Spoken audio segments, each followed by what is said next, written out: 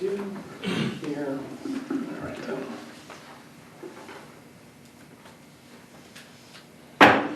Welcome to the March 21st, 2022 South River Mayor and Borough Council meeting number 6.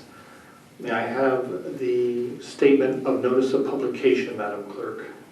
In compliance with Chapter 231 of Public Law of 1975, notice of this meeting to be held at the Criminal Justice Building, 61 Main Street, South River, has been published in the Home News Tribune on January 6, 2022, posted on the Municipal Building Bulletin Board, the Borough website, and the front door of the Criminal Justice Building at 61 Main Street, South River.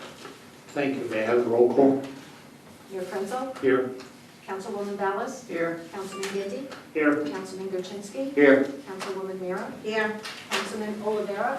You will be absent. Oh, he's not on the telephone? No. And Council President Seola? Here. Thank you. Please stand for the salute to the flag. I pledge Allegiance to the flag of the United States of America and to the republic for which it stands, one nation, under God, indivisible, with liberty and justice for all. Please remain standing for a moment of silence.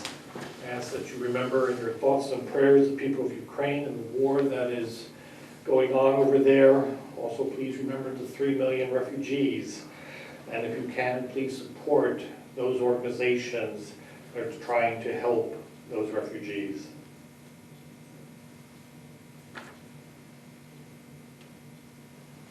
Thank you. Please be seated.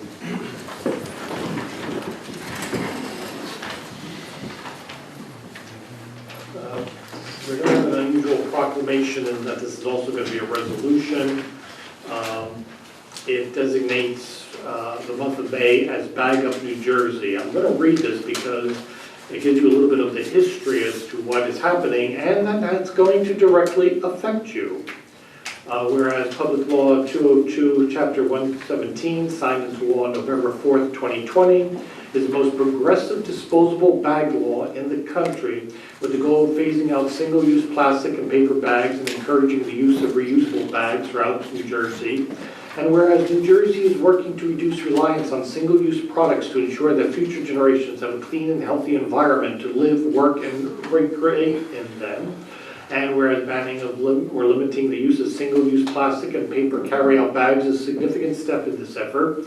And whereas the New Jersey Clean Communities Council, the New Jersey Department of Environmental Protection, the New Jersey Department of State, policymakers, environmental business groups, as well as other stakeholders are working together to educate consumers, businesses, and communities about the new law and encouraging residents to bag up before the ban on single-use plastic bags go into effect on May 4th, 2022.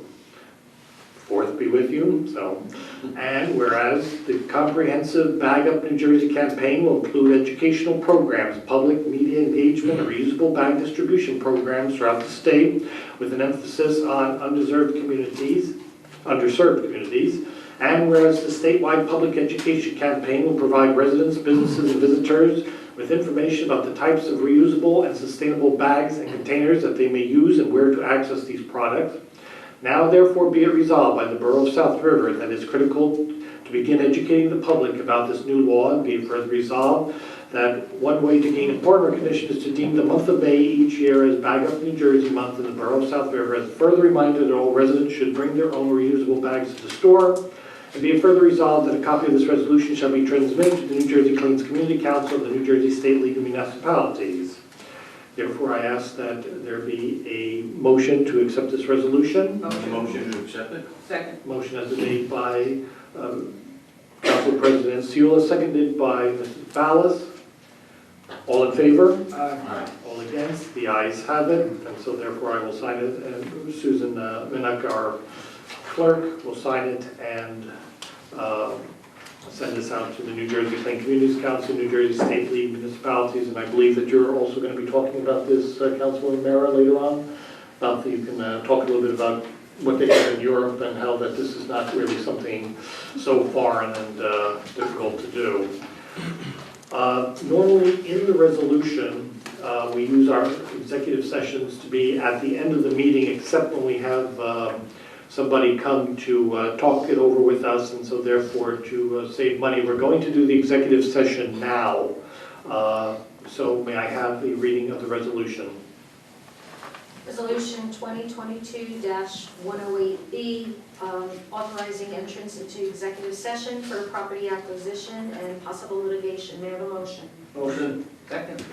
Motion has been made by Councilman Gindi, seconded by Councilwoman Ballas. Roll call. Councilwoman Ballas? Yes. Councilman Gindi? Yes. Councilman Gertenski? Yes. Councilwoman Mira? Yes. And Council President Seola? Yes. We shall return. I have a motion.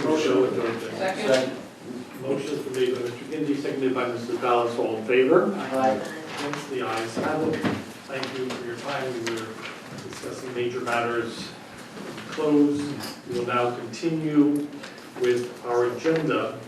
We will reconvene public session. On our agenda session, which is basically our business part of this meeting, we are here to discuss the 2022 fireworks. We have had for many years, of course, around July 4th. We don't do them on July 4th because it would be prohibitively expensive. But in the past few years, we have also had them at the end of the summer. An end of summer fireworks display. We've had vendors and people to eat, places to eat and there and things to sell. And at the stadium, we would have, at the end of August, a fireworks display. The question has arisen, what do you want to do? And so I put that out to the governing body. There is no right or wrong answer. What are your thoughts? I know in the past, when we had it at the end of the summer, we had some very good feedback from a lot of residents, and even people coming from out of town enjoyed it because there's nothing else happening at the end of the summer. And we can make it like a South River Day, end of the summer festival, and try and incorporate everything into it with, you know, what's going on in town, fireworks, the vendors. You just have one big festival. We started maybe even a little earlier this time.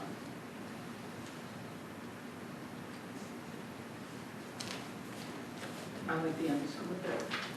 People, because everybody's going in the Milltown or the yeah, I like it. People like the end of summer, I think. Yes, we got good feedback. Besides getting more for the buck. Yeah. Mine too. They tend to use us for extra things to see if they work. So sometimes we get free, and we do, don't we? Sometimes we try and, Don't anymore. yeah. Yeah. There's a lot of good feedback from the past years at the end of the summer. A lot of the residents, I mean, and the stadium was packed. As it was also on July 4th, that went around when we had it that time, brought it back. So people will just, and that's, I think this year also, there's still people who want to get out, so. Anything on the side of the dais? I have a question regarding fireworks. I know we're talking about 4th of July, but did we choose, when is South River Day, or what we were going to do with that celebration? Like, could it be incorporated together with one big event? No, South River Day is, That's coming up fairly soon. that's in June. South River Day is in June, The beginning or end of the? 18th, so far.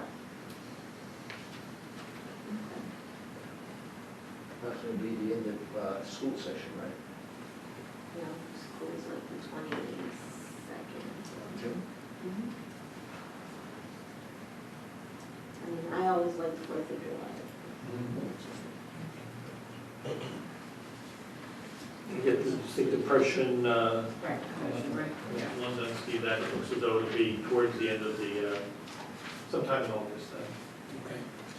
I believe that would be about the best time to do it too, because many of the other communities around here do celebrate 4th of July. I know Milltown, that's an event for them. It's huge. Yeah. We do have our Memorial Day at the end of summer. Fairgrounds have theirs too. It would be good. We stick that. That's just my. End of summer, we also usually do National Night Out with the municipal line in spring. Are they having a national night out this year? I really don't know. You don't know? Yeah, that's usually the first Tuesday of August.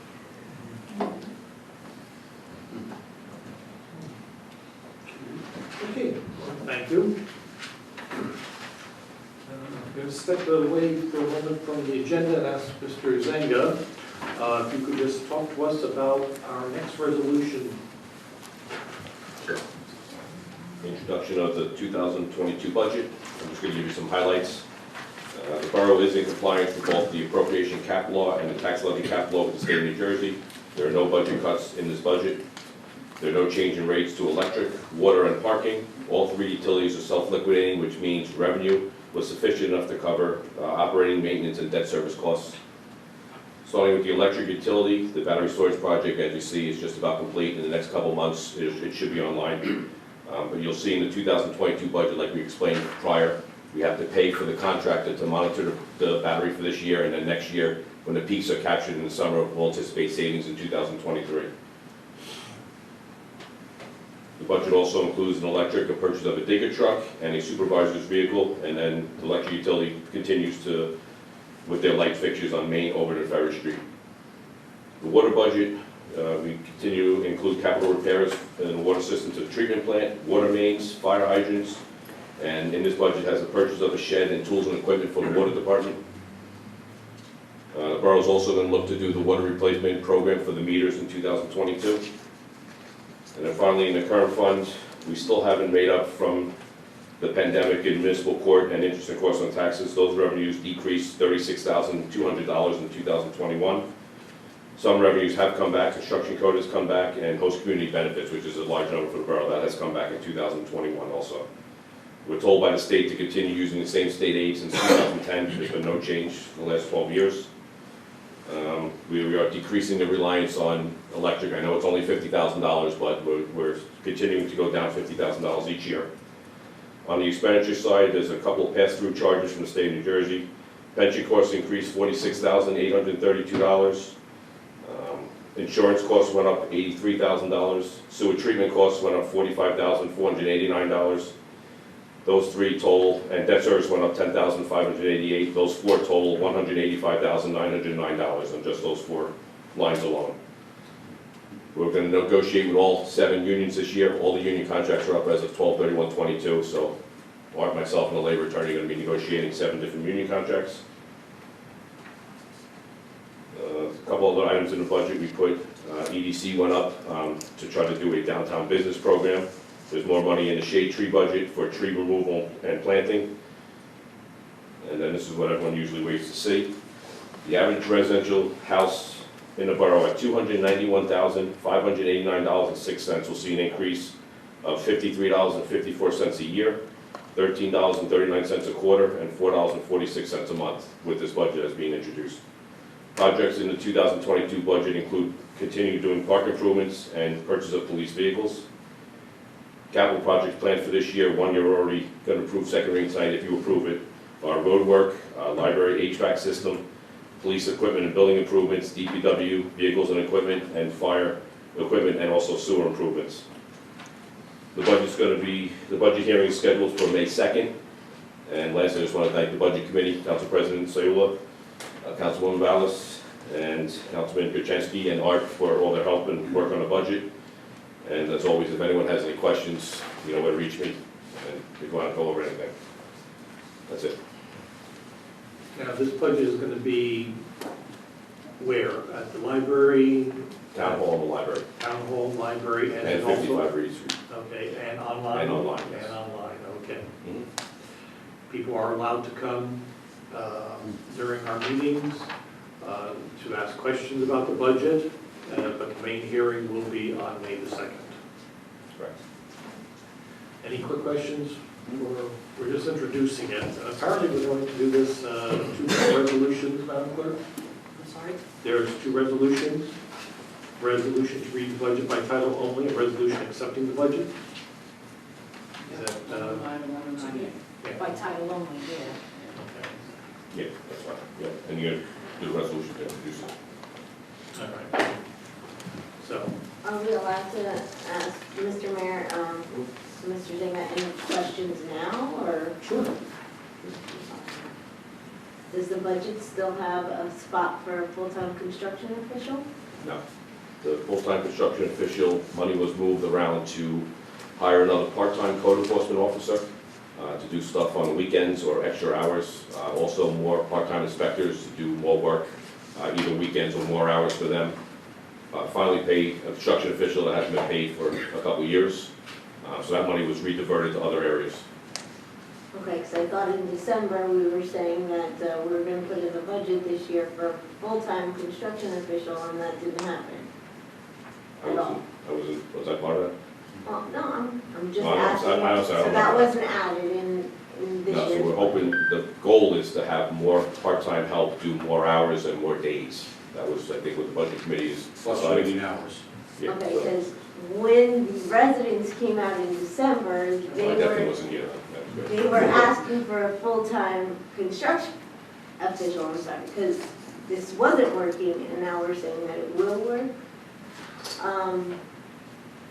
Do we have money in the budget for end of the year full-time business administrator? Are we looking at the future of that?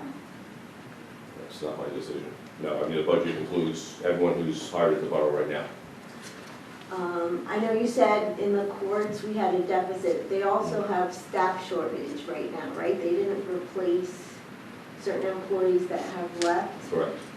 So does that make what they have okay for this year, or? And the court usually doesn't, the court doesn't have to be self-sufficient like the construction code does. So the court usually doesn't generate enough money to cover public safety and the court. So this year's budget, there used to be 2 full-timers plus Cassie, so it was 3 in total. Now you have 2 plus it's a part-timer in this budget instead of another full-timer. So Okay. speaking with Cassie, she was okay with that. She was able to handle it. So we're looking to add a part-timer? Yeah, that's to replace the Eliminate a full-timer that used to be here. Okay. But that's not something that we put out yet? No, it's like the budget gets adopted, then we're gonna put it out. I want to make sure the funding's in place before we go and hire somebody. And then I know we have on today's agenda that we will be putting temporary part-time municipal clerk. Do we have in our budget for this year a full-time municipal clerk? Yes, we have, it's out to receive resumes and we haven't received too many yet.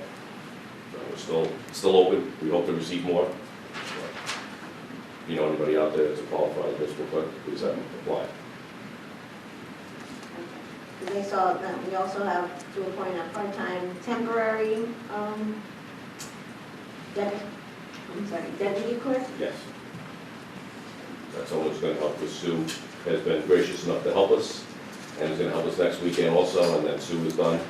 So this person is now gonna work hopefully 2 days a week, 8 hours a day, just to keep the office going, but we do need a full-time clerk, yes. Okay, so that's just That's coming still, out of the yeah, until we can find a full-time municipal clerk. clerk. Okay. Correct, yeah. That was my question. We're missing positions in our budget. I don't know how that's gonna work. Okay. Thank you. So, resolution 2022-109, resolution to read the budget by title only. Pleasure on the resolution. Move the resolution. Resolution is moved by Mr. Seula, seconded by Mr. Gertenski. All in favor? Aye. Yes, the ayes have it. The resolution to read the budget by title only has been adopted. Then, we are going to accept it. Be resolved that the Borough of South River Borough Council hereby accept the Borough of South River municipal budget for the fiscal year of 2022 as introduced. May I have a motion? Make a motion to move the resolution. Motion is made by Mr. Seula, Second. seconded by Mr. Gertenski. All in favor? Aye. All against? The ayes have it. Mr. Mayor, Yes. we could do a roll call on that. Yeah, roll call. Yes, please. Councilwoman Ballas? Yeah. Councilman Gindi? Yes. Councilman Gertenski? Yes. Councilwoman Mira? Yes. And Council President Seula? Yes. Still accepted. So if you're interested in it, you can look online, go to the library. The budget will be there for your perusal. Ordinances, second reading, 2022-08. Madam Clerk? An ordinance of the Borough of Beechwood of South River, County of Middlesex, State of New Jersey, amending the Borough Code of the Borough of South River so as to amend Chapter 155 entitled Fees, which pertains to cannabis application fees. Make a motion to waive the full reading. Second. Motion has been made to waive the full reading by Mr. Seula, seconded by Mr. Gindi. All in favor? Aye. Against, the ayes have it. Opening this up to the public so that you can come forward, please give your name and address. You can ask any questions or make any comments. First call, second call, third call. Motion. Motion has been made by Mr. Gindi, seconded by Mrs. Ballas to close the public portion. All in favor? Aye. Against, the ayes have it. Your pleasure on the ordinance. Motion to move. The ordinance has been moved by Mr. Gindi, Second. seconded by Mr. Seula. Discussion? Roll call. Councilwoman Ballas? Yes. Councilman Gindi? Yes. Councilman Gertenski? Yes. Councilwoman Mira? Yes. And Council President Seola? Yes. The ordinance has been adopted.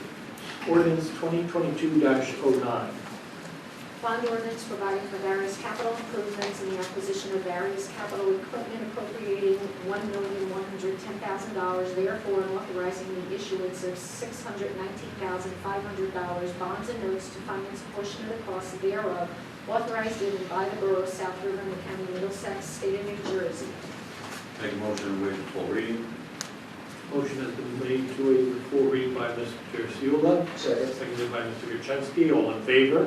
Aye. Against, the ayes have it. Opening this up to the public, please give your name and address. You can come forward, ask any questions, make any comments.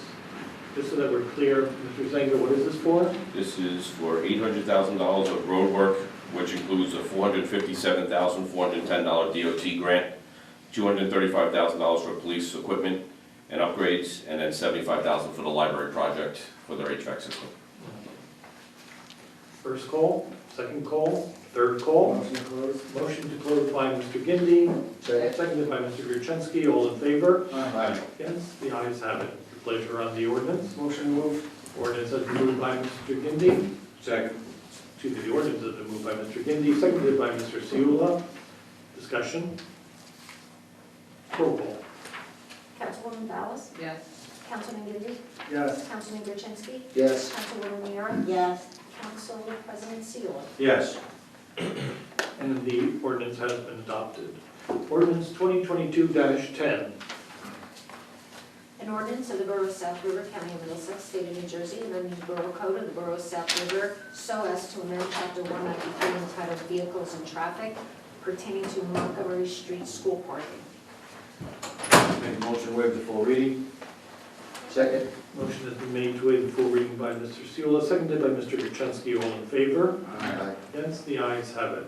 Opening this up to the public, you may come forward, please give your name and address. You can ask any questions or make any comments on first call, second call, third call. Motion. Second.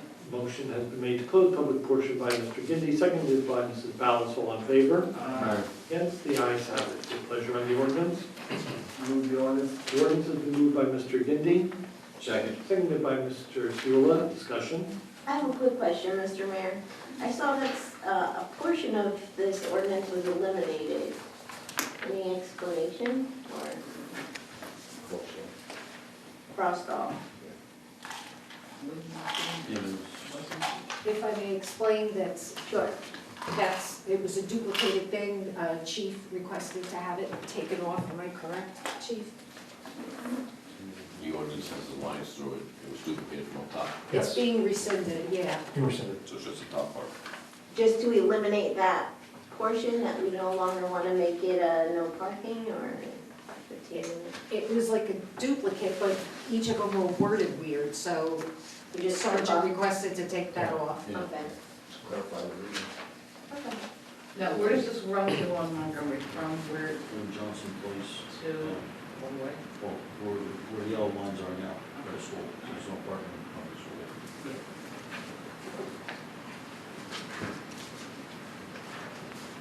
Any other questions, comments? Roll call. Councilwoman Ballas? Yes. Councilman Gindi? Yes. Councilman Gertenski? Yes. Councilwoman Mira? Yes. Council President Seola? Yes. The ordinance has been adopted. Ordinance 2022-11, this would concern the electric vehicle supply service equipment. We did receive a letter dated March 17th from the planning board attorney stating that the planning board did review at its regularly scheduled meeting on March 15th the ordinance. Todd Lecter, the board planner, the attorney went over the proposed ordinance. They Planning board understand that the borough has drafted the model ordinance as promulgated by the Department of Community Affairs, which allows almost no changes whatsoever in the ordinance. It was a unanimous decision of the voting members of the planning board that the borough council should adopt same. So, they recommended it, so may we have the reading of it first? Right.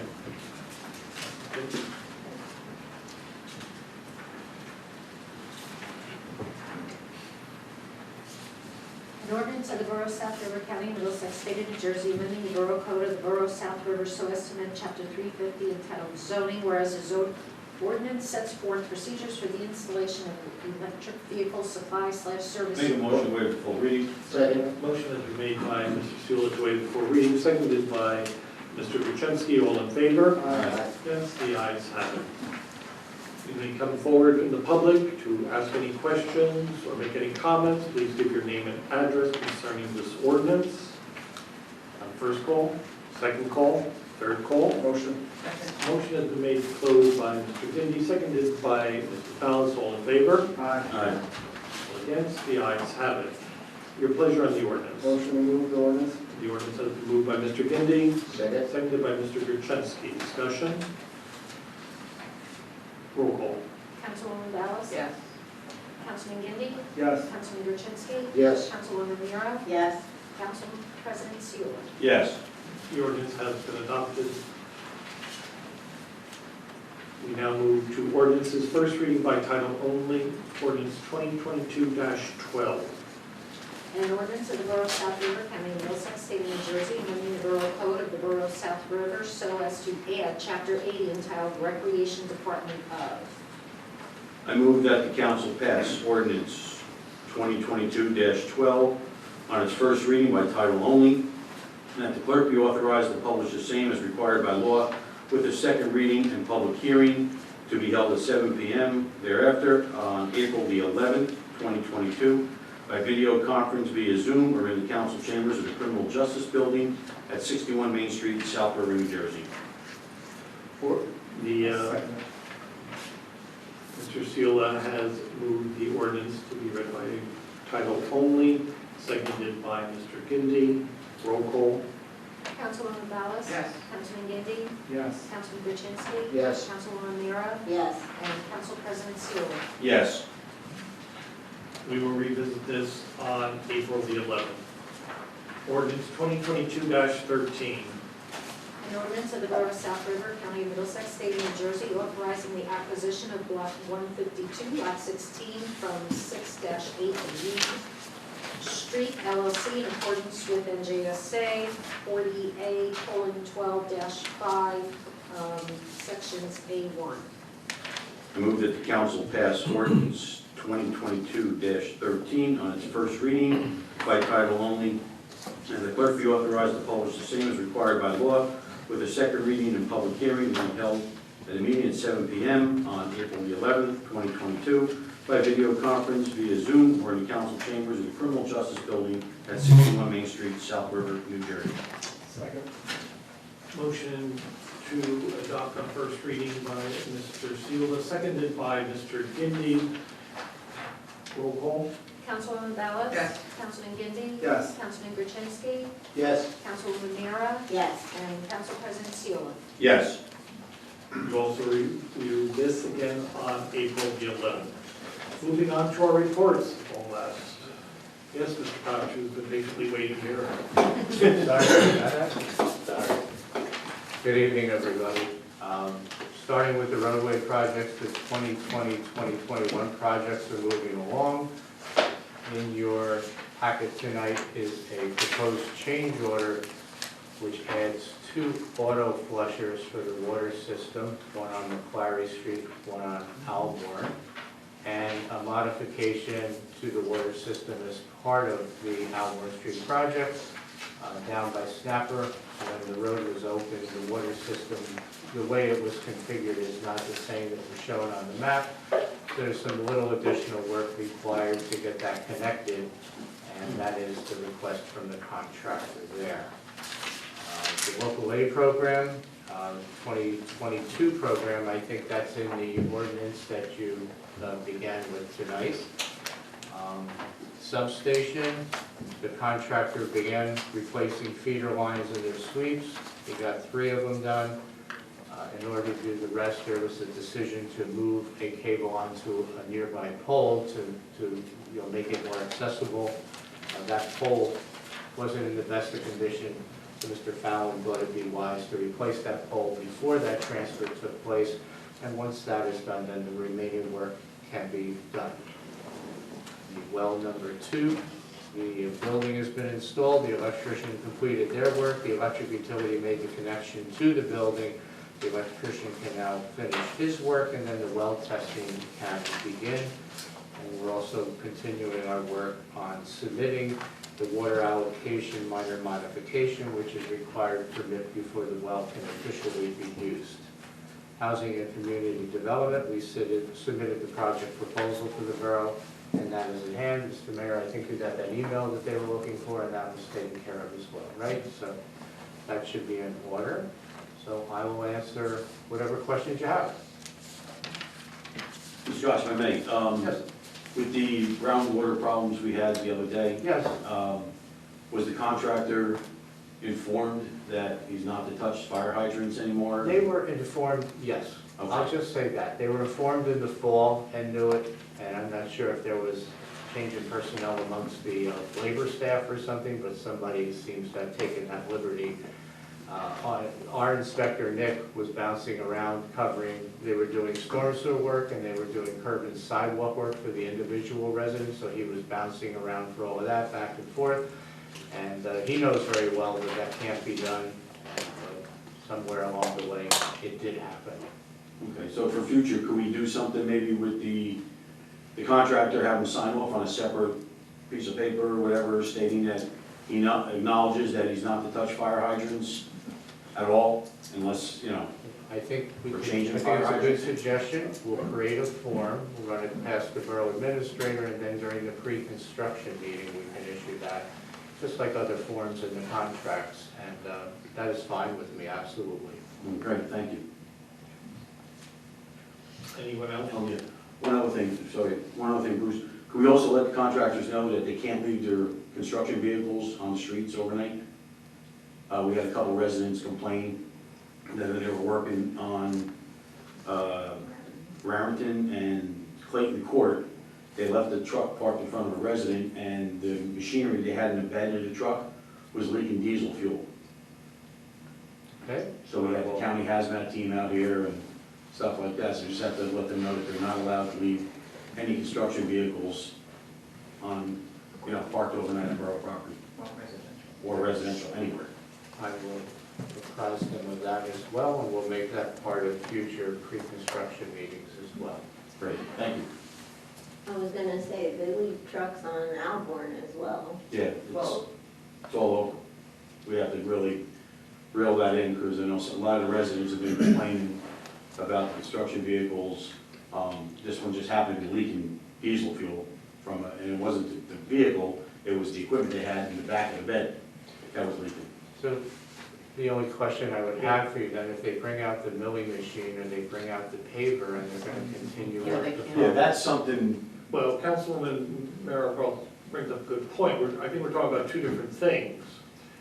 You've got the owners of construction vehicles leaving their vehicles out on the street, but they're not working on it. But suppose that they are working, like as you pointed out, Right. you've got a, milling machine and stuff like that, that's a different Now- story. so that's a different story then, that you would use. Right. So you would leave it, right? Yeah. That doesn't make sense. So you're saying Or a vehicles private. like a utility truck or things like that? Yeah, the dump trucks, this happened to be a pickup dually, pickup truck, and it had all the equipment piled in the back of it. And whatever was back there was leaking.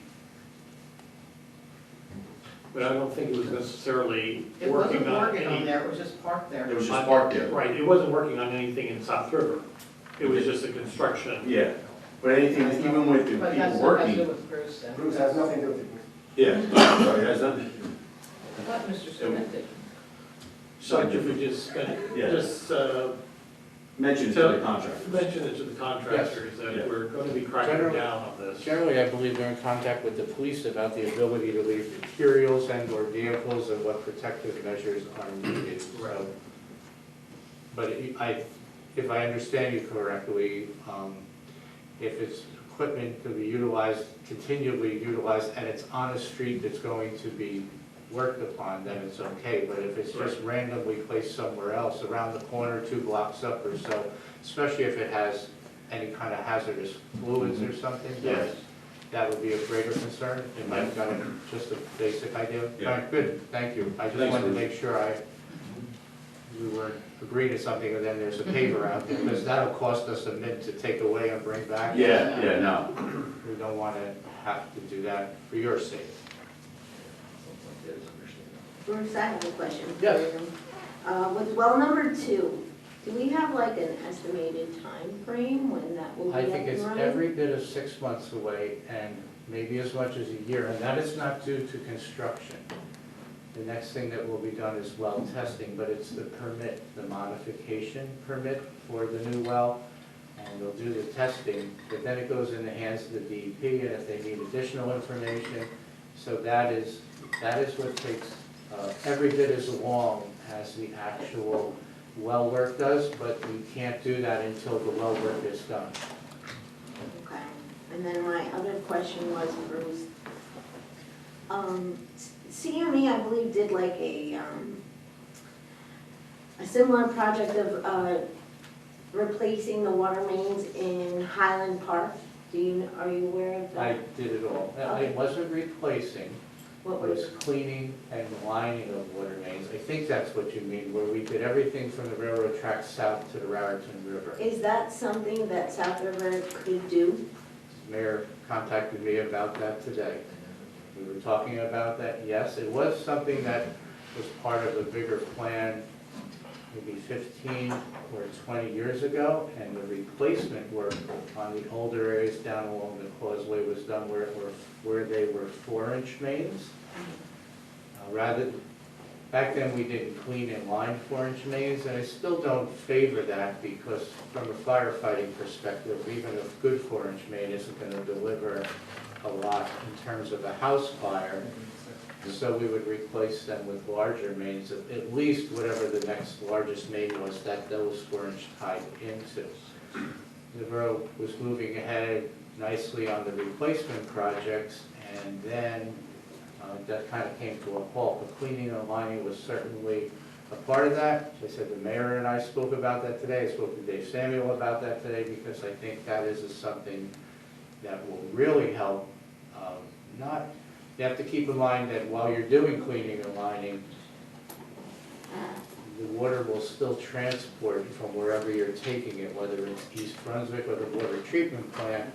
It's still going to have to travel through pipes that are unlined. So there's always that opportunity for sediment to move about, which it does. But with each project, it will become less and less, or the system will become better and better. Just keep in mind that cleaning and lining is not a structural element. It's a 1/8 inch, approximately 1/8 inch thick lining in the pipe after the minerals are scraped off. So you will still have water main breaks. It's not like you're replacing it with cement lined ductile iron pipe. You still have cast iron mains that are lined. So if you get 4 breaks or 5 breaks in a winter, you say, oh, well, we cleaned and lined.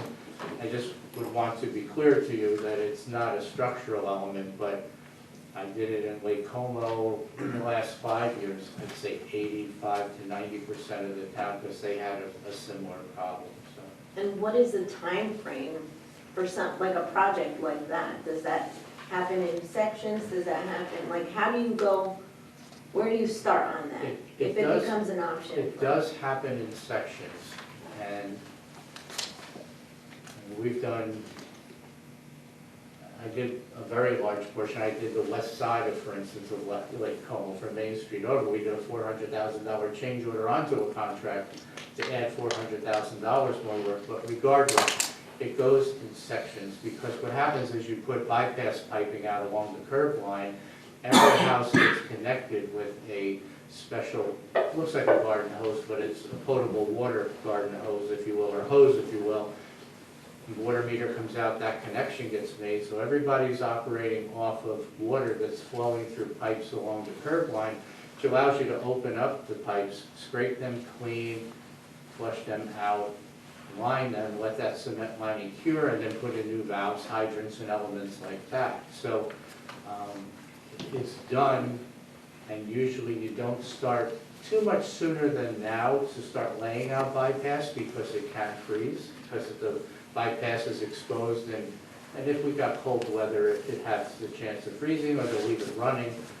But, you know, you do a big project, but it'll be done, and they'll take the bypass as they're finishing, and they'll move it over to another section, and it just keep taking materials and sort of leapfrogging it, if you will.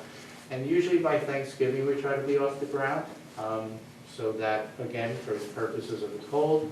In the summer, you can't have warm water because the pipes are white, but they're still sitting out in the sun. In the cool weather, it can be more cold, but it's definitely a project. I've been involved with it in a number of spots. We was doing it for a while, every other year, like a design one year, build the next design, the next year, build the one after that. I've done quite a bit of it, very familiar with it. I like doing those projects. It's nice to see the problems clear up. Okay. It came to mind, the Highland Park project, because We did that in 5 sections. I think the last 2 were done concurrently, and took care of a lot of issues for them. I will ask you, how much does that cost?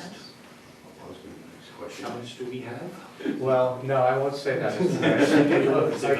You've heard that answer too many times at council. President Eppinger used to love to bring that up Yes. so often, but I don't know the current cost, but when I was doing Lake Como, it was closer to like $125 to $130 a foot, I think. But I'd have to talk to the people who do it right now and see where the numbers are for you. Mayor and I were talking today, and just strategically, it might be good when complaints come in, either through the water department or residents, is to maybe start putting little pins on the map or something, because we'll give you an idea of areas to focus on that have the issue. before you reach out further. So, you know, it's just something, but I could easily contact, you know, a couple people that I've worked with over the years that just do this as for a living. They travel to the islands to do it. They'll be up in Boston. It's used up and down the East Coast, I'm sure, and many other places too. I'm just writing myself a note on it, so I apologize if I'm not keeping up with you. I think this is a great option for us, considering a plan is better than no plan. And the complaints keep coming in, we can't keep blaming the fire hydrants with the pressure, because, you know, what if we have a fire every week? People are just gonna have dirty water every week, so I think we have to go forward. We just spent $1 million on our water plant. What's the point of having clean water if they're not gonna be transported clean? So, Mr. Mayor, good idea. I hope we go forward with something soon. Well, as I discussed it with Mr. Koch, and yes, we're going to be looking into it. I mean, we're moving on several parallel courses, parallel lines with our water utility. One of the things that we'll be discussing or putting in today is concerning the water meters. We'll be slowly going to everybody's house and putting in new up-to-date water meters. And once we do that, we'll have a water and sewer utility that will be billed separately. And bit by bit, we're doing all of this. In fact, come to think of it, Mr. Lindensky, aren't we also doing some lining this year, or what is that? Well, we've been discussing to use the stimulus money, Yes. but the problem is, you know, which project we're gonna do first. We run into other projects for storm sewers and stuff, and that may take precedent. So we're gonna do something with the stimulus money, just a matter of when and how. So, but no, we have to do it. I mean, you know, and I mean, it probably doesn't have to be the entire town. We do have newer sections of town. I like your idea, Bruce, though, about, you know, bins. Mr. Suarez, you'll be keeping track of that? Mhm. Okay, very good. I actually, when this water situation happened this last week, I actually reached out to dispatch just to see if they kept track of the complaints that came in, and it didn't work that way. Like, I guess we gotta figure out as a borough how to We only had keep 2 track. calls. Everybody goes on Facebook instead of calling, they think that's a borough page. That's what we were told by people, and we say, no, we don't go by that. So if you call the office, we can document. I where- understand that aspect, but we also had a nixle that went out that told anybody to call if they had questions to DPW, which then sent it over to Art because we didn't know which type of communication to give regarding the water. So,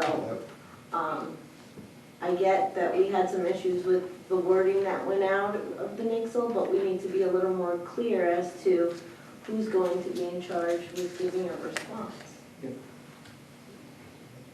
Right, so here's, I'm sorry, I'm getting around now. So here's the issue. Monday, construction company accidentally taps the water and stirs up the water. And the reason it came out brown water or tinted water was because they came out at full force. Opposed to when DPW goes out, which they're scheduled first week in May, to do a hydrant flushing, which is going to take about 3 weeks. Prepare yourselves for phone calls from people saying that they're going to have tinted water, which is going to happen. It's definitely going to happen. The reason being is because they're flowing out the water through the lines. The lines are actually old. So what happens now is that Monday, when they tapped the line and they stirred up the water and raised a lot of eyebrows, you had one phone call come through that night to the dispatch and DPW. Next day, people's water started to die out, and by Wednesday, the water was gone, the color. Maybe some had a couple floating here and there, but surprisingly, that Wednesday, DEP got a phone call. So once DEP got a phone call, they have to act on that phone call. So they came out and they said, listen, this is what you have to do. You have to put out an advisory where the Thursday into Friday, they actually tested the water and it came back absolutely fine. So the stir up, like Mr. Adriano said, was all on social media. And unfortunately, you're going to stir up a lot of people, and you're going to get all wound up. And listen, my house was caught up in it. I have brown water. I have 2 little girls. I have 2 little dogs. They drank the water, surprisingly. They're still kicking up a storm and making a mess in my house. But I understand the concern. And I understand when it comes down to the people getting stirred up. And they should. They have every right to get stirred up. But the reality of it is we have old lines in this town. We are trying our best to fix the lines. It's not going to be easy. You're talking about 60 miles worth of lines.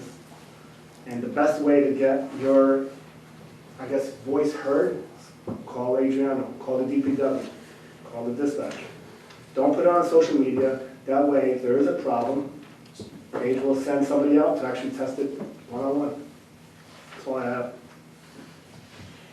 If there are 60 miles at 5,280 feet, times 130 is $41 million.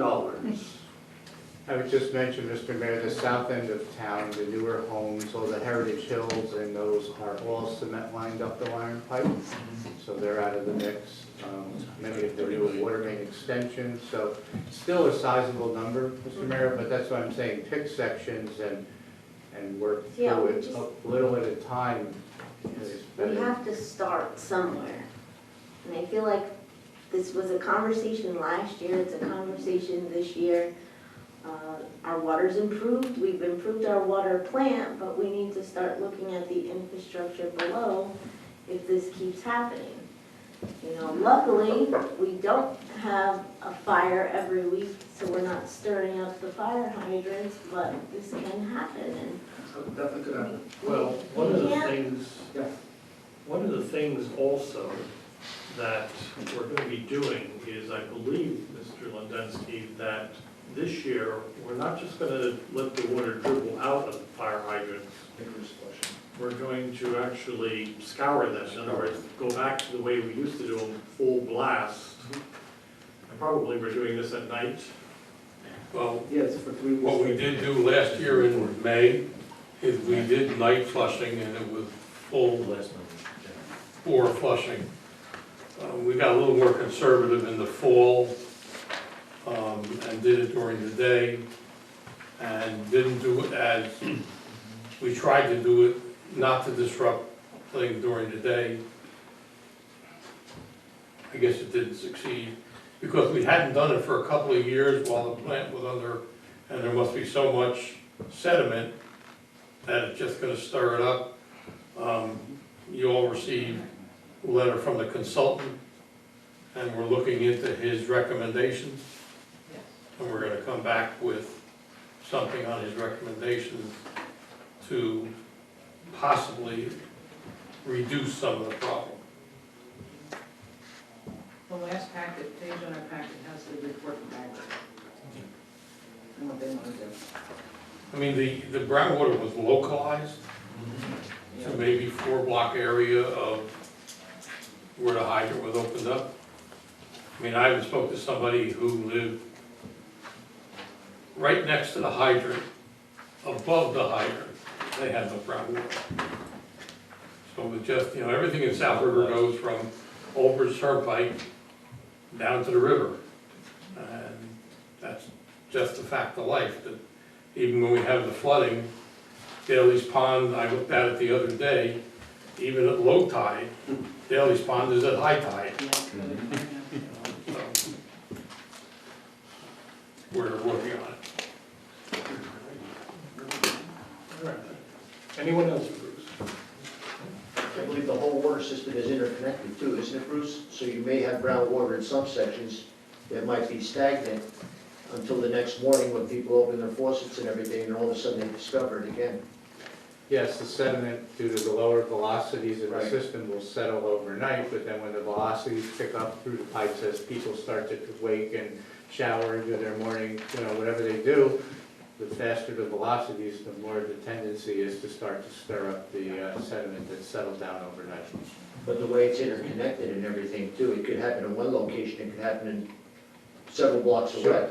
Absolutely, it depends where the demands are at that time. If somebody's, drawing water in one direction for any particular reason, it can, even if it's not sediment from those pipes, but as I was saying earlier, it could travel right through cleaned and line pipes because your systems have dynamics to them and, based on demand and where you're taking water from at that particular, which connection and how much each one is bringing you at that time. So the water tank elevation, is the plant running, is it not running, things like that. Sue, I'm sorry, they're mentioning they had something in their packet for Agra, but it wasn't in the email you sent. No, it wasn't. Okay, so I'm missing whatever you guys are talking Anyone else? Thank you. Thank you. We have extra. Thank you, Bruce. Good night, all. Good night. Good night, Bruce. about.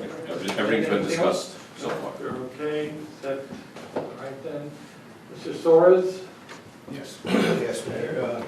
Contractor's out tonight starting on Whitehead and Megara to fix the manhole there. Should be maybe a day or two. And then they're gonna go over it to, they have to fix 2 on Reed Street. And once that's complete, they're gonna come back to pave the area of Whitehead probably in a week or 2, they say. Very good. Any questions for Brianna? Chief? I don't have anything, Mayor. Sue, we thank you again for coming by. I know that you're leaving us, but you agreed to come back. Greatly appreciative. Do you have anything to report? No report. Yeah. Thank you. I have a question though, Andrea, and I spoke to the chief about this earlier. For a change, something on Facebook was good and then actually caught my eye. The town of Long Branch has a no knock program, which they passed an ordinance that's for soliciting people coming door to door.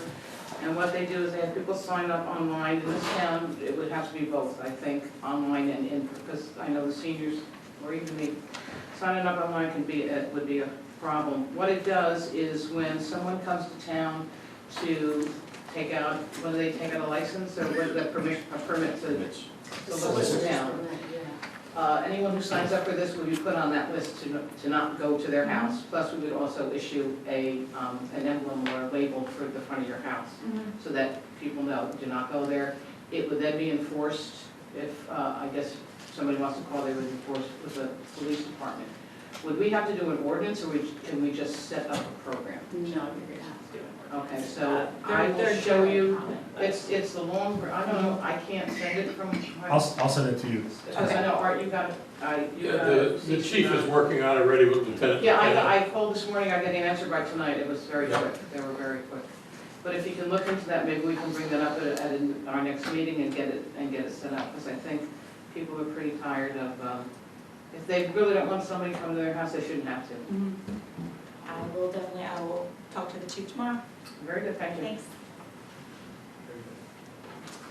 The only thing I have, Mayor, is the roofing project is going well. I believe we're almost complete with the 2 buildings at DPW. Then they're gonna move on to the library, Station 2, and then to this building here. The only other thing is the water department is moving on finishing up their lead line survey of how many houses in South River have lead service lines. And then we'll submit that to the DEP and move forward from that. How is that being handled in terms of people who are not home? It's gonna be marked as undetermined. I mean, it's gonna be simple. When South River was built, I believe there was a lot of development.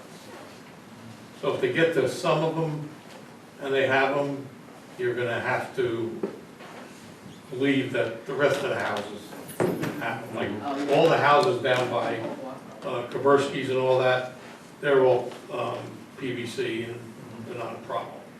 So, I mean, I happened to see a Nixle from Highland Park only have 46 houses in their entire town on the survey. I don't have any results yet. Once I get them, I'll sure pass them on to the council and pass them on. We have to have them done in 2 weeks. Yeah, unfortunately, it's another state mandate. State doesn't pay project. So we're still figuring out what happens when we find that out. Who's going to be responsible to change those lines? Just lost my train of thought.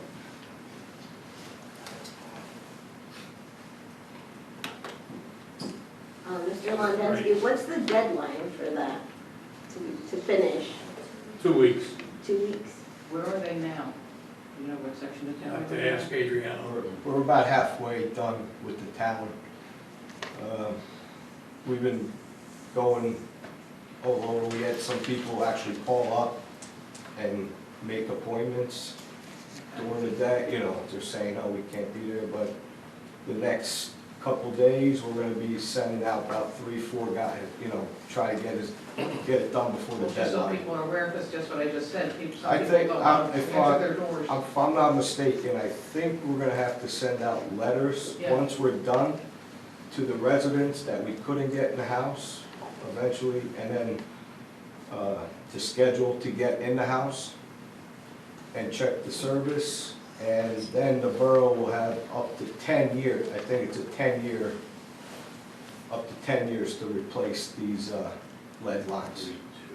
Mr. Mayor, if I may, Adriana, since Donna is really good on the social media with the DPW, if they want to announce at the beginning of the week, maybe what streets or what area they're in, maybe people will pay attention like that. Just to I don't give see people an them, I idea. know one is not PVC. You better send them one. You know, every town was just thrown this to do, Yeah. and every town is doing it different, so we called over to Saraville. Saraville did it, they did unknown for the whole town, like, you know what I'm saying, so they'll put unknown, and then they'll go back, and they did some, and then they go back and do the rest of the town. I just You feel know, like maybe people and will be more we- willing to let people in if they know. The maybe problem that is, you'll be we in only there. have 3 guys in the water, they have 15 to 17 guys. They have a lot more manpower, so in between us doing work orders, meter, you know, we only have 1 guy to go out there. So now we're gonna have to send, you know, I'm gonna have to pull a guy from the road department, we're gonna have to get, 3, 4 guys out there to get this done, because Art told me there's a deadline, we have to get to the state for, Which is what I'm saying, maybe people would be more willing to open up their house I if they think know after you're this, coming. after we get it done, even if we don't get it to every house, then we will send a letter to everybody we don't get into the house, and then we can make appointments that way also, which will make it easier. Because it was just like, here, go do it, they don't give you any guidance on how to do this. So basically, I think what it is that the state said, here, get this done, we want to look as though we did something, Yeah. and boom, so everybody's just scrambling, it's done, and then they'll go back and look over the various areas, look at the data, and I think that's what they're gonna be doing, so. Mr. Mayor, I remember the other thing. Yes. I had my senior moment. We will be sending out notices for people that are delinquent in their utility payments, offering them a plan to pay off their delinquency and also pay currently. Any people that do not agree to the plan, when the cutoff date comes, we will start shutting off utilities. On the website, there's help if you want to apply to the DCA. If you want our website, you can apply to them, and there's American Rescue Plan aid if you qualify, that the state will then pay the borough on their behalf, on the delinquency behalf. So go on the website, you'll see it on there, you can log in, you can apply for it, and then the state will determine if you qualify, and then send the borough an email saying this person qualified this account, and this is the money they're gonna get. I'm just trying to think, how do we get the word out? I mean, we're saying it here. A Nixle, perhaps? Putting it on the website is, I think, worthless. Mr. Dudas, I think, has been calling people, Right. people that are delinquent, because we provide a list to the state, so I think he's been trying to reach out to certain people. I mean, you can also do an Nixle, and it's on the website. Well, if he's calling, then That's the best way. that's the best way. He's trying to reach out to people and let them know it's there, and then it's their job to then go forward with it, not the borough. They have to then apply for it and get it approved by the state DCA. Okay. All right, anything for, all right. Mr. Ginty? Thank you. Our next planning board meeting is on April 19th, and zoning board meeting is on April 26th. At our last planning board meeting, one of the topics that we brought up was the master plan, which we are going to be talking about for the meetings to come. I encourage you to come and listen to what has to be said. If you have any input from the residents, that'd be great. For Mr. Oliveira, which he was unable to be here today due to work, he has asked me to talk about his reports as well on a recreational department. We are excited to have enough participants for the full 7 and up baseball and 8 and up softball teams. Also the egg hunt, which is going to be held on April 2nd, Saturday. Rain date of April 9th, Saturday. Will be scheduled at the St. Moritz Coptic Church, which is on the Morningside part of the back of Old Corpus Christi. Also, the fishing derby is coming back, which is going to be held on June 5th. As we get closer to the date, registration will be online. We are hoping that we have enough flyers and signups for summer rec in the next couple of weeks. If you haven't done so already, please like our Facebook page to see the fun upcoming events. Also, congratulations to the cheerleading teams who took first place at their first competition in Clifton. Enough, I'm not done. As for Board of Education, the Board of Education will have a meeting this Thursday and will provide the update at our next meeting. I want to thank the Board of Education for their flexible in allowing our recreational cheerleaders in the programs with the use of the primary school facility on a short notice. That's all he has. When is the next zoning board meeting? Actually, tomorrow. Yes, that's what I thought, okay. I'm 1 month ahead. Mrs. Bells? Just a reminder, this Saturday is the rabies clinic down on Ivan Way. If you don't know where that is, it's down by the DPW from 12 to 3. The Cultural Arts and Heritage Committee is seeking marching bands interested in marching in a Memorial Day parade. If you know of anybody that's involved with one, I know we look at the high school, they can reach the cultural arts at southrivernewjersey.org. And also, any organization or person wishing to march in the parade can get in touch with our, the parade director, Teresa Hutchison, at 848-448-0423, or her email at hutchisonteresa@msn.com. And that parade, of course, is in May on the 30th. So they're looking for anyone who wants to be active in there and some marching bands. And I have a meeting with them at the end of the month, and I'll have more information on that then. That's it. Okay, Mr. Seola? Thank you. Again, whoever has not signed up for our initial, please sign up on the website for initial reports. It's very informing, and you can keep up to date with what's going on in town. Trash and bulk pickups. Driving around town, there's trash all over town. Large pickups and regular garbage. Please do not put out trash or bulk pickups until the night before it's scheduled to be picked up. If you have a bulk pickup, each resident is allowed 4 bulk pickups a year, 1 per quarter. Go down to the DPW yard, they will give you a scheduled date to pick up, and please put out your garbage or your bulk pickup the night before it's scheduled. The guys will pick it up in the morning.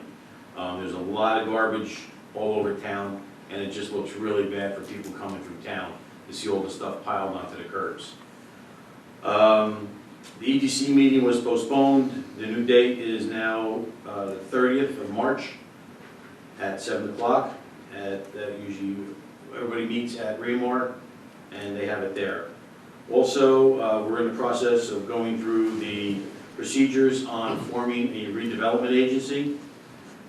This agency will be working along with the EDC to start the redevelopment of the downtown area, working on Main Street, trying to get some new business in, and just to redevelop that whole area. And with that, Mayor, I believe that's it. Thank you. Thank you, Mayor. The DPW has been busy. They've been out patching the potholes whenever they can. If you do happen to have an area that's not very accessible, like the end of a dead-end street, which doesn't have very much, and you do have a sizable pothole there, please call DPW and let them know, and they'll put it on their schedule to get out there. With that, they are doing the best that they really can right now, too, because it is hard with the rain and everything else, and the plant's being closed. It should be scheduled to open up soon, but that's to come. Also, in the anyone wishing to be a crossing guard in the future, we have a few retirements coming up, and the police department will be looking for them. With that, I thank you very much, Mayor. That's pretty much all I have right now. Thank you. Councilwoman? Thank you, Mr. Mayor. Before I go into mine, I did have a question for the chief that I didn't get a chance to ask. The trial that we did with that company regarding ticketing and no parking, did we get the end result of that? There's supposed to be a meeting tomorrow between myself, Sergeant York, Traffic Safety, and the owner of the company. Okay, so you guys don't have like any idea of how it went, or? No, we didn't do it yet. Oh. It hasn't been installed yet. Oh, initially I thought when he spoke on that meeting, I thought that he was gonna start his trial right away. No. Okay, so you guys are still discussing to see how you'll get that done? Yes. Okay. That was my only question I had for you. Okay, the Environmental Shade Tree Commission has been getting all the information with Bag Up New Jersey. I know Donna has done a great job being able to get that grant money to be able to get our residents those free bags that you could take grocery shopping. If you head down to the DPW, I believe each resident is allowed to get 3 per resident, not per home. So if you're interested in getting those, and our commission is also looking to get the information out there to the residents and the businesses in town, because it is coming up so quickly. Like the mayor said that I was mentioning earlier, I know this is something that it's been spur of the moment onto New Jersey, or we feel like it's on top of us, but it has been discussed for a very long time, trying to get rid of the plastic bags and the usage that we use. I know in Europe, they've been doing it for years, so much that when people go shopping and they don't have a bag, they charge you for it. And that kind of gets people to be more aware and bring their own bags when they go shopping. The Environmental Commission is also doing the Lego collection until, I believe, the beginning of April, and that is to get old Legos from anyone that's not interested in having them anymore. They clean them up, they send them back to Legos, and it gets cleaned up and given to kids in need that don't have that opportunity to buy Legos. Our commission also was in discussion with DPW on getting more information on when they do their spring planting. So hopefully we'll be reaching out more to the residents on anybody that needs some community service and help color up our town when it comes spring, when things start to bloom and when DPW usually puts down their gardening stuff. The community garden is also beginning soon, so anybody who's interested in getting a plot for the community garden, that will be, they started registration now. You can check online and see when they'll be having events down at the garden. And our next meeting, our past meeting was canceled, but our next meeting is scheduled for April 7th, if I'm not mistaken, unless First Thursday, yeah. unless it's changed, but it's scheduled for April 7th down at 48 Washington. My next library board meeting is tomorrow, but we did get some information from our director. They did receive new technology, some iPads provided under the NJ Healthcare Connect program, where they'll have iPads at the library if you need to get some information on telemedicine and health literacy resources. And I just want to mention that March 26th is Maker's Day at the library. It's a Saturday. They'll have STEM story time, Candy Lab, Maker's Day Make-a-thon, and a Lego build-off. So it's a fun-filled event at the library all day on Saturday. Please try to register on the website if you're interested in going, but I'm sure anybody can attend. And just to piggyback on the rec cheerleading program, I did attend that competition. We have two sets of teams that went on, and in 3 weeks they were able to pull off a cute little adorable routine and win first place at competition. And they do have a national competition coming up this weekend, so good luck to South River Rec cheerleaders. That's all I have, Mr. Mayor. Okay, thank you. I have a feeling that it's still gonna, no matter how much we talk about it, when we give up our plastic bags, there's gonna be a lot of grumbling going on. But basically, we're already doing it. Like if you go to ShopRite, most people have bags. Yeah, sometimes you forget, you run in there or something like that, but you've got your bag already. And just because you'll take it into wherever you're going. There won't be any more plastic bags.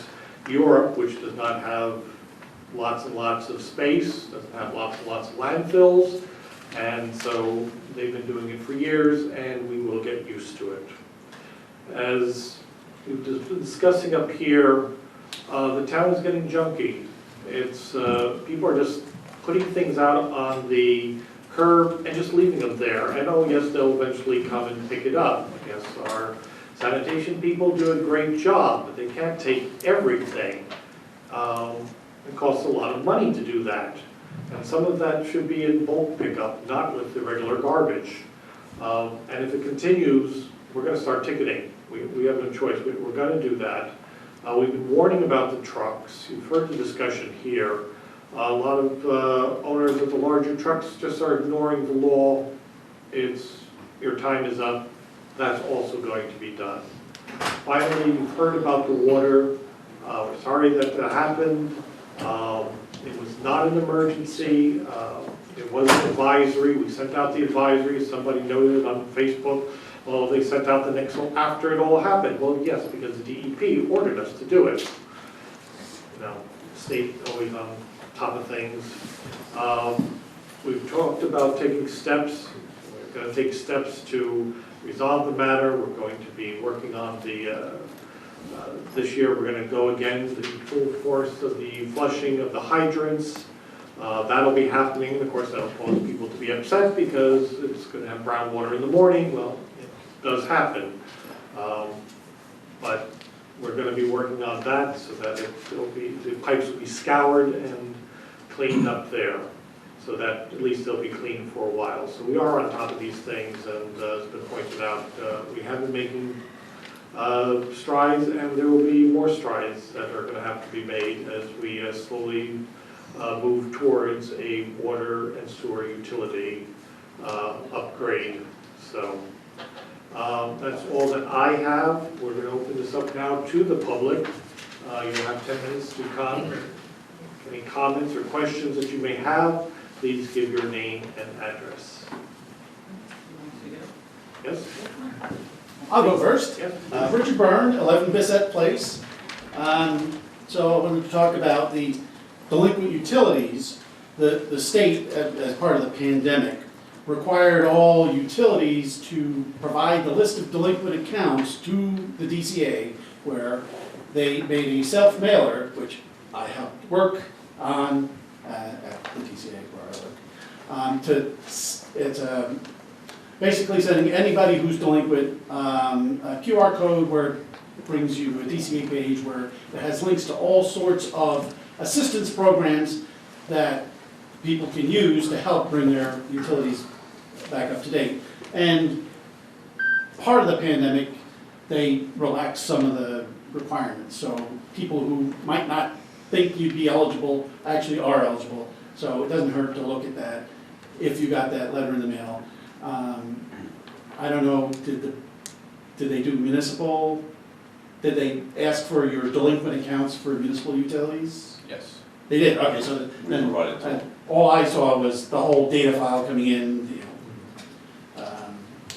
2.4 million records came in, and we sent out 2.4 million pieces of mail, and they had to set a whole thing up because the state's never done that big a mailing before. But, all right, so that's, if you got that, it doesn't hurt to try.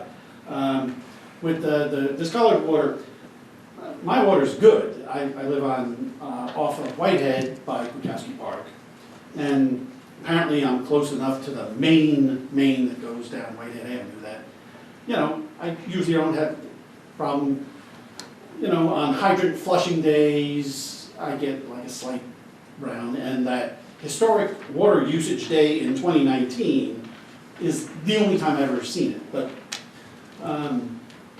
so it's a localized problem, and I've asked, does the reported system have a discolored water form, which would be an easy one-point place for people to report their discolored water when it happens, and then we'd be able to compile the data points that Bruce could then use to come up with this, which streets, which pipes should be, if we're going to do the lining project, where we should go first.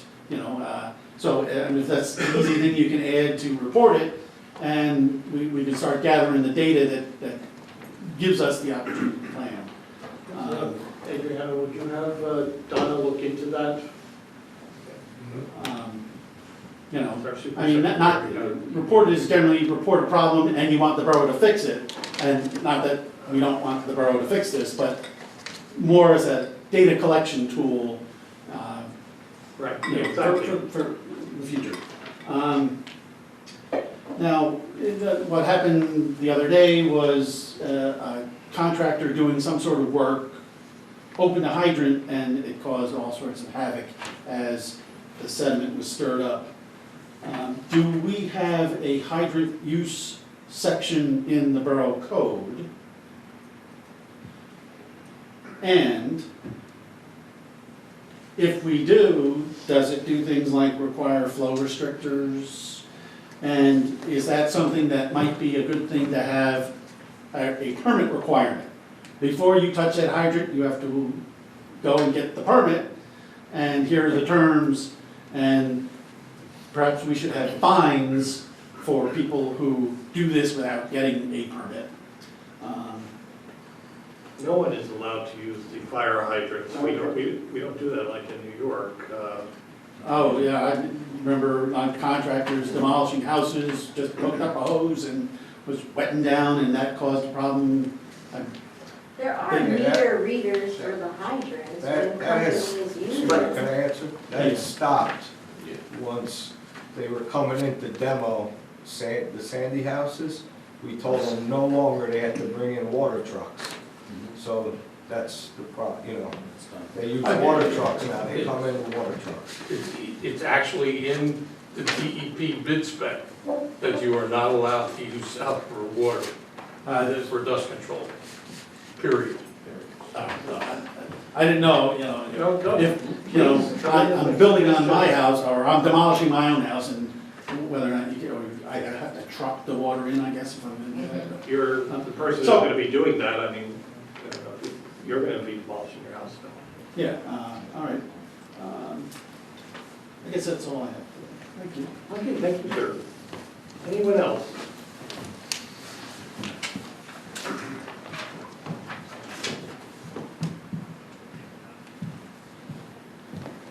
Good evening, Tully Cordelis, 43 Division Street. I came here today because there has been a construction project across the street from me at 38 Division Street. This has been going on for 2 months now. The property was sold on January 21st of this year, and they have built an expansion on this house, approximately, I would say, over 100 square feet, and due to my understanding, if you add another bedroom to any property, you have to have a parking spot for that bedroom. If I'm not mistaken, there is no driveway for this expansion, no permits. There's people living in there. I don't think there's a certificate of occupancies. The quality of life is really going downhill because of this. I mean, there's construction vehicles all over the place. There's no parking to begin with on the street, and this contractor is making multiple family houses. This is grandfathered in for a 2-family house. There could be more than, it could be 3 families for all we know, but where are these people gonna park?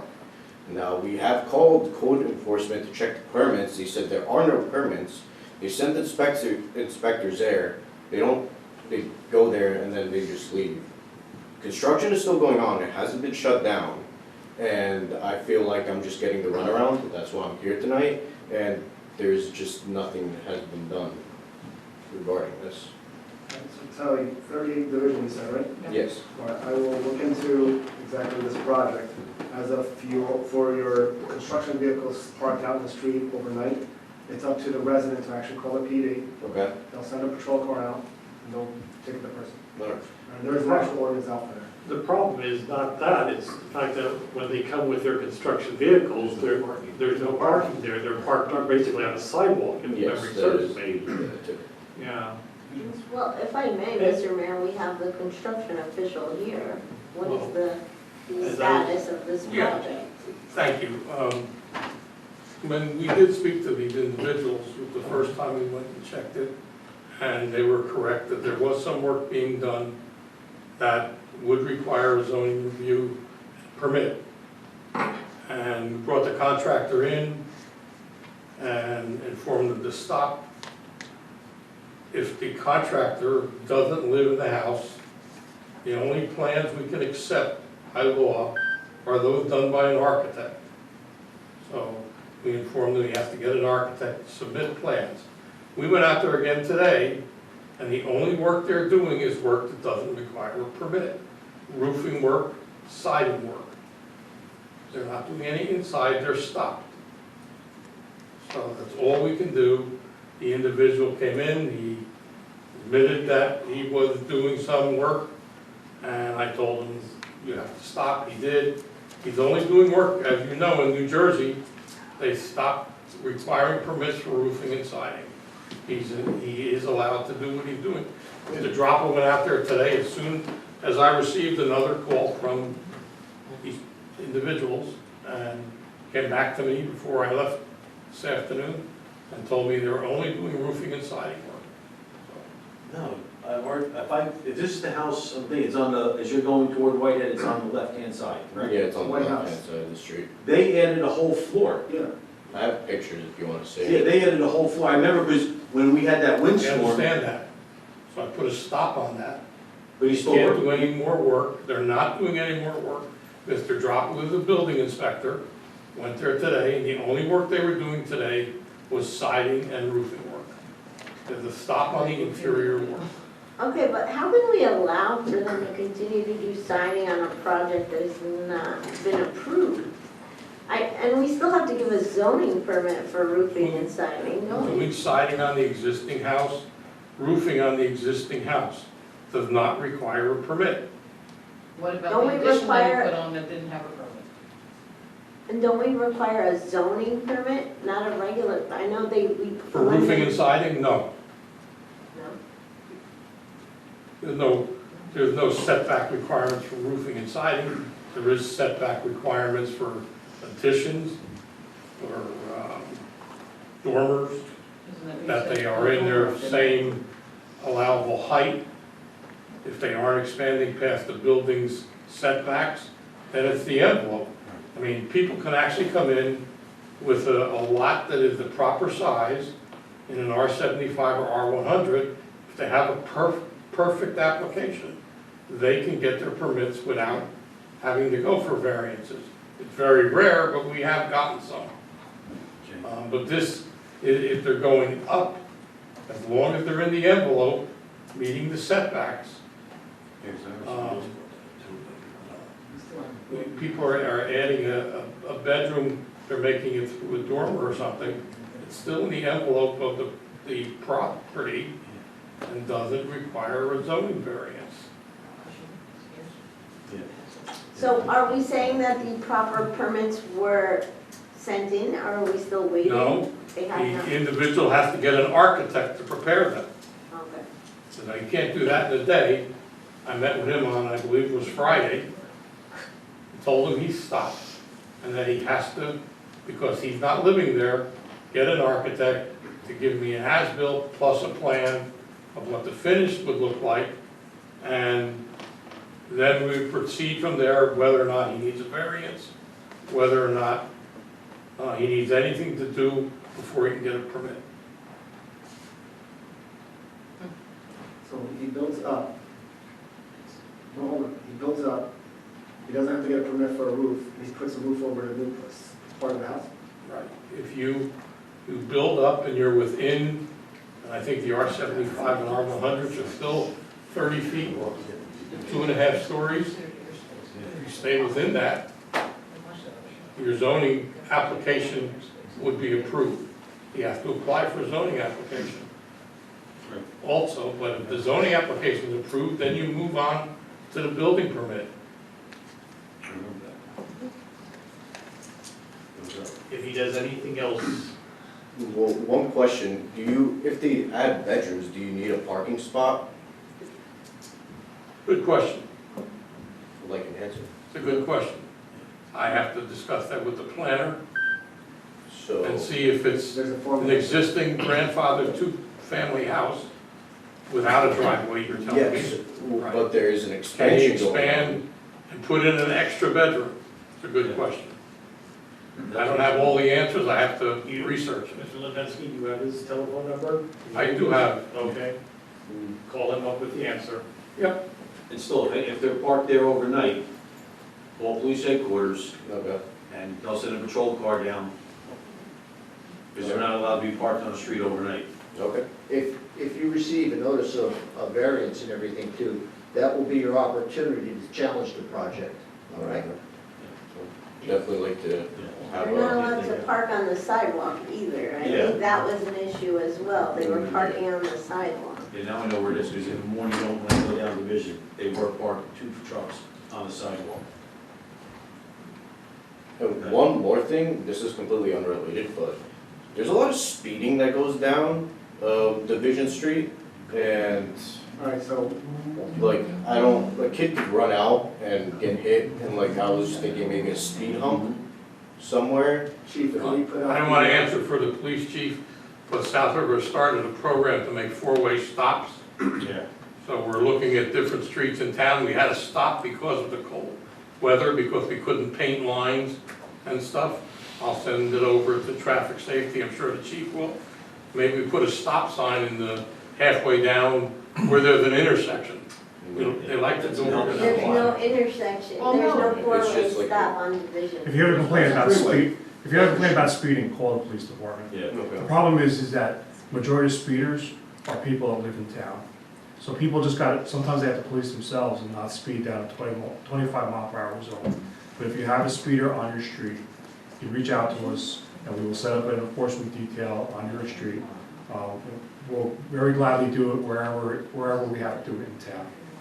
You know, we could do speed humps. The problem with speed humps is it causes emergency vehicles to slow down. We could do rumble strips. The problem with rumble strips is they're loud. So every car that goes over a rumble strip, you're going to hear it in the middle of the night. So we have been looking at four-way stops, but there's really no intersection. And there's nothing really guaranteed that that's going to work. But you know, we only have so many police officers that we can put out on every single street because we get complaints on every single street that there's speeders. We try to do the best that we can do. The problem is that everyone speeds. Yeah, no, I understand. You know, everyone speeds. Well, it's not just 25, I know, I'm far from Division Street, I mean, 45 miles an hour down that street, I mean, it's not that wide. No. Yeah. And you got parking, you got that curve, and then you got the two side streets, and this one coming out that There's a way. dangerous Yeah. curve there too. Yeah, so I just wanted to bring that up and didn't know if like the You did right, we appreciate it, thank you. Thank you. Anyone else? First, yes? Eleni Cucurdellis, 43 Division Street. So I'm just going to add on to what my brother said regarding 38 Division Street. I did send the mayor and council an email regarding this issue about a week ago. I made several phone calls to the code enforcement as well as the township administrator, which I spoke to him today regarding this issue. They are still continuing construction. I know he said that they're supposed to be stopped, you know, on that addition. But they literally delivered like a whole bunch of plywood as well as lumber today, and they're ripping up the roof on top of the one section, which it looks like they're gonna do what they did to the other section and add another room. I don't really know what's going on. Mr. Lindensky did, you know, advise me that he still is waiting for a plan, but, you know, as a resident, you would still have to go through the proper authorities from you guys to get the proper permits, to get approval, and then if this needs amendments, I should have a public hearing. Like, I should be, you know, as a resident, have the ability to speak on this matter. The residents, like, around, like, that neighborhood were not notified of the construction. It's been going on for quite a while. We made several phone calls, nothing was done. That's all I have to say. Thank you for your time. Thank you. Anyone else?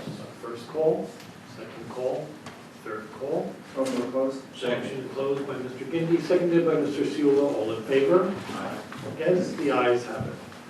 Moving on, the agenda, consent resolutions. Madam Clerk? Oh, Mr. Mayor, can I just ask for 113 to be read separately? 13, yes. Whereas Resolution 2022-01 authorizes the Borough Council to utilize the consent agenda to adopt various resolutions of a routine and non-controversial nature at one time. Now therefore be it is hereby resolved that the below listed resolutions are hereby adopted by the Borough Council in whole as if the same were individually acted upon. For the record, Resolution 113 will be called out separately. 110, accept February 28th regular executive session minutes. 111, authorize reliable fire company to conduct roof drive. 112, authorize appropriation reserve transfers within the 2022 budget? 21. It says 21. 21. Yeah, 2021 budget. Okay, 2021 budget, according That's good. 114, authorize release of a performance bond for the Lorenco subdivision. 115, appoint a part-time temporary registered municipal clerk. 116, authorize South River Borough of Education April 2022 tax payment. 117, appoint Alex Perez to the Parks and Rec Advisory Board. 118, authorize March 21st utility refunds. 118, authorize bills and claims list. 120, authorize change order number 1 for 2021 NJDOT roadways improvements. 121, or appoint part-time temporary registered municipal deputy clerk. 122, authorize waiving of interest on delinquent utility balances. May I have a motion? Motion. Second. Motion by Mr. Gindi, seconded by Mrs. Ballas. Roll call. Councilwoman Ballas? Yes. Councilman Gindi? Yes, with the suspension to consent 111, as well as 119 bills, 21-02932, 00374, and 02695. Thank you. Councilman Gertenski? Yes. Councilwoman Mira? Yes. And Council President Seula? Yes, with the exception of 111, 119 on bills 21-02932, 21-02695, 21-01241, 22-00374, and 22-00413. Thank you. Resolutions have been adopted. Resolution 2022-113.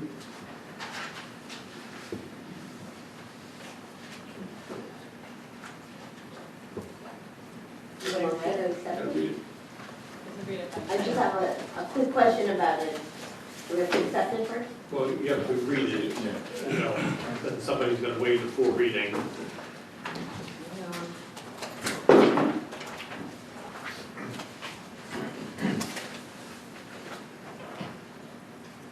Resolution awarding the contract to Kleinfelder for professional services related to the water meter replacement project, whereas there exists for professional services related to the. Make a motion to waive the full reading. Second.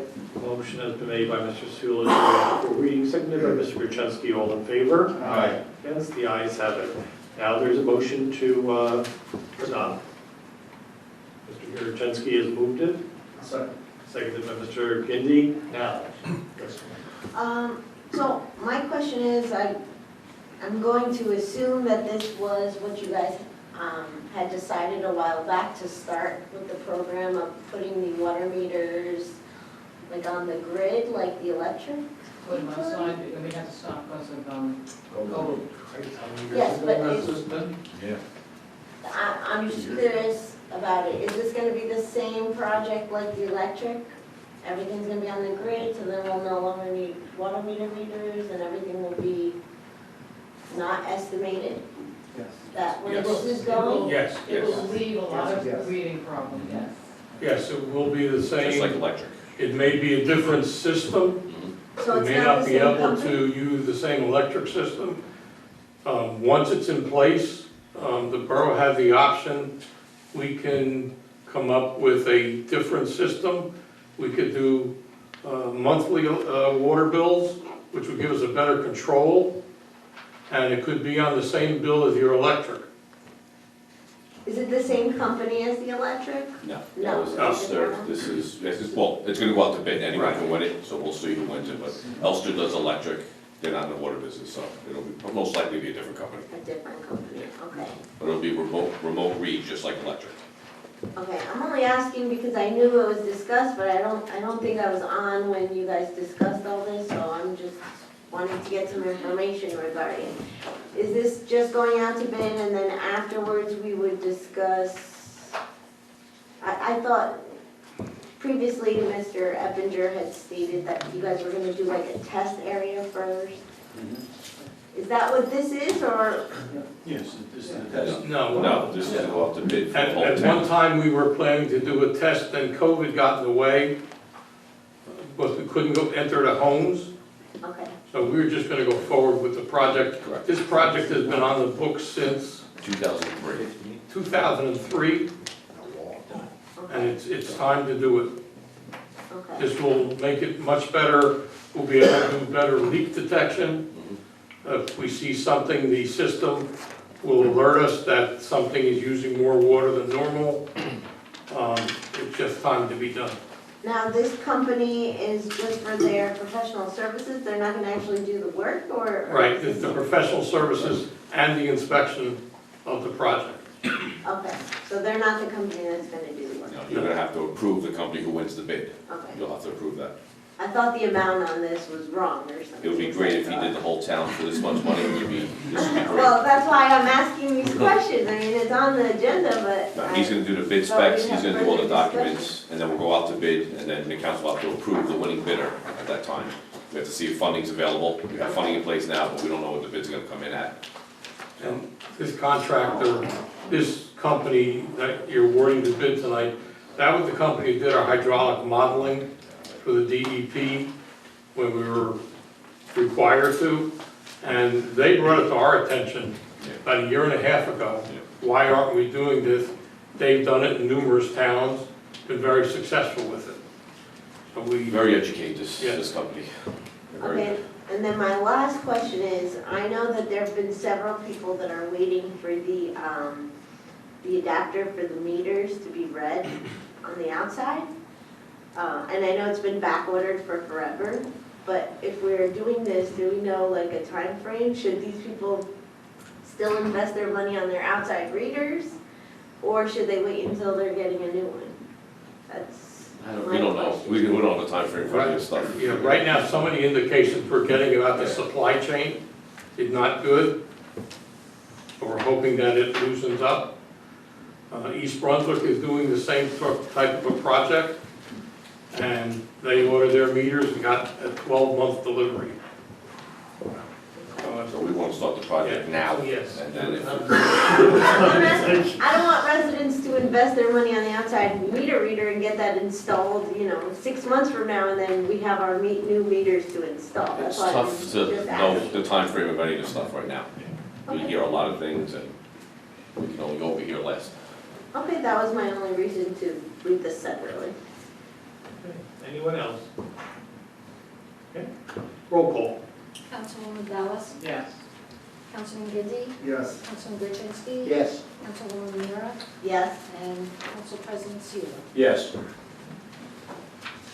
New business, so we're now to governing body comment for the welfare of the borough. We'll start with you, Councilwoman Mara. Thank you, Mr. Mayor. First, I would like to say, I guess since we had a few residents that reached out regarding speeding, I know another resident has reached out to me numerous amounts of times regarding William Street and the amount of trucks. I know it's a no truck road, but trucks still are using to get to Edgeboro Road. They did actually request to see if when we write slow down, speed 25 on the road, if that could be done on William Street as well. I don't know. I know I had mentioned to that resident that we usually get it done right before school starts in August, right? I don't think William has any on there. They don't. That's No. why they kind of requested it. They said, there's still a lot of kids on that street, even if there's, businesses, but there are apartments, there are homes, and there's a lot of kids in that area. They were requesting to see if we could put slow down on William Street as well. Mr. Mayor, I'm very happy that you started your discussion with CME regarding the water infrastructure.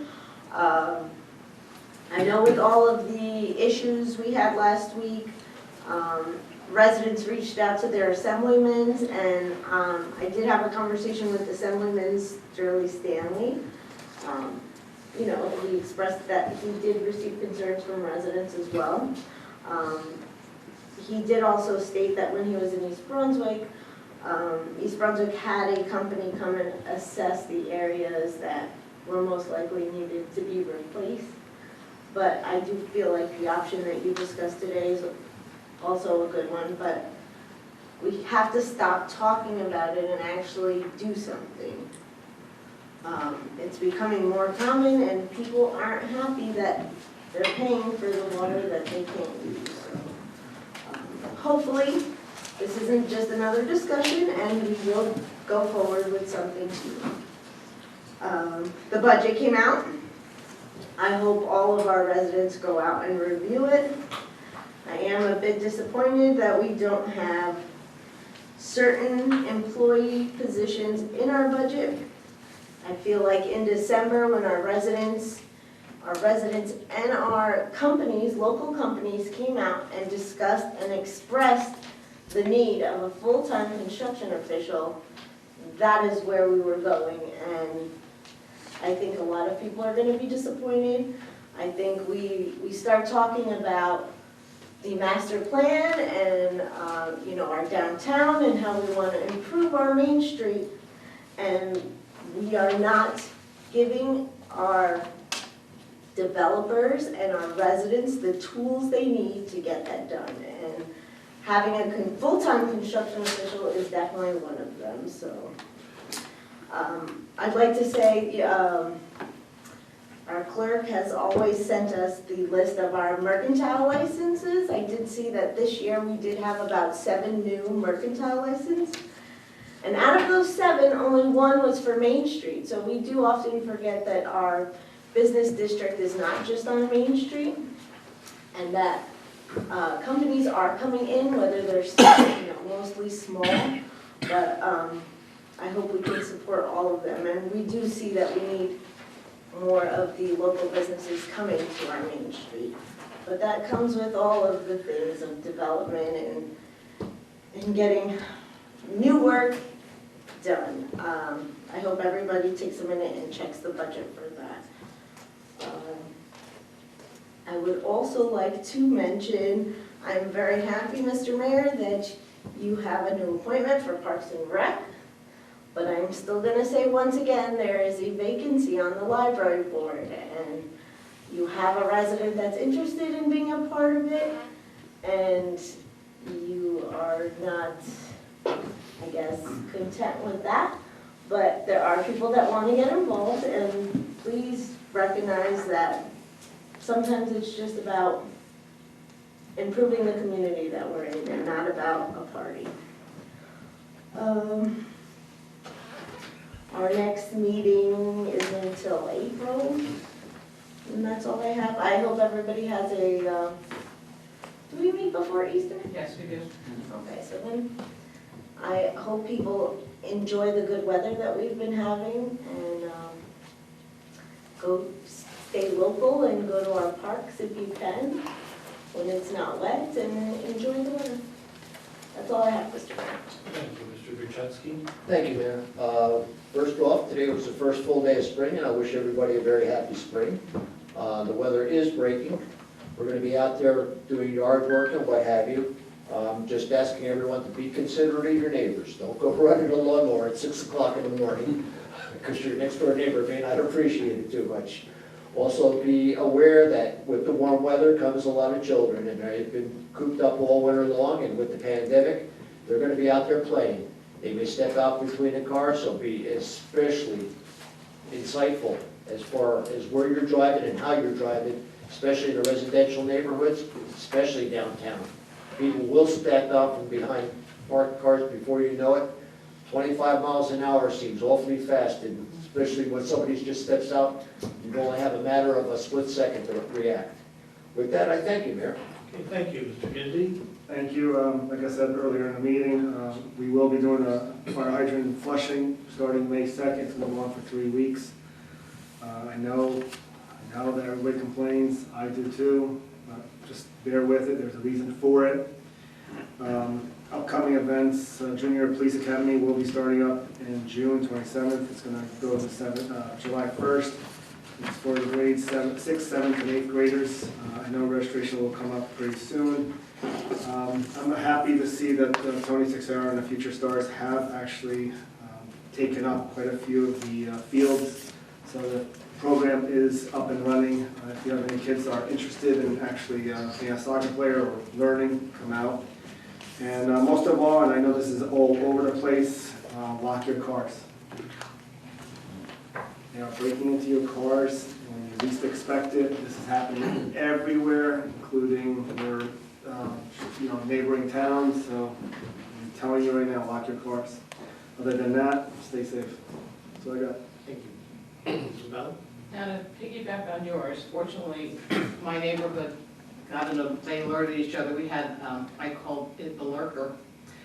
They were actually going to people's doors and garages to see if they were unlocked. The police department got on it right away. They did apprehend the person. But be careful, because they're just, same as when they're coming to your door and you think they're trying to sell you something, somebody could be in the front, somebody could be in the back. Just be careful. I hate to have to make everybody on edge with that, but it's that time of year and that's those people's jobs. Really. On Saturday, even though briefly, Councilman Buczynski, Councilman Seal, and I attended the Eagle Court of Honor. We couldn't stay the whole time. It was a nice ceremony, and I hope I don't get this wrong. I'd like to congratulate Akul Uma Nagaswaran and Arian Kapadia. The two gentlemen, we met them, they were very nice, and congratulations to them. Now, along with the warm weather comes dog walking, and I know no one's going to pay attention to this. There is an ordinance in town. But if you find in your neighborhood you have the same people doing it every day, and I've gotten calls from 3 different areas of town, there is an ordinance. You can reach out to, or it is enforced by the Board of Health and the Borough Code Enforcement Officer.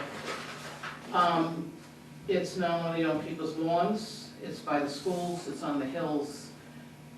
Have some consideration, and just pick up after your dog. With that, enjoy the nice weather, and that's all I have. Thank you. Mr.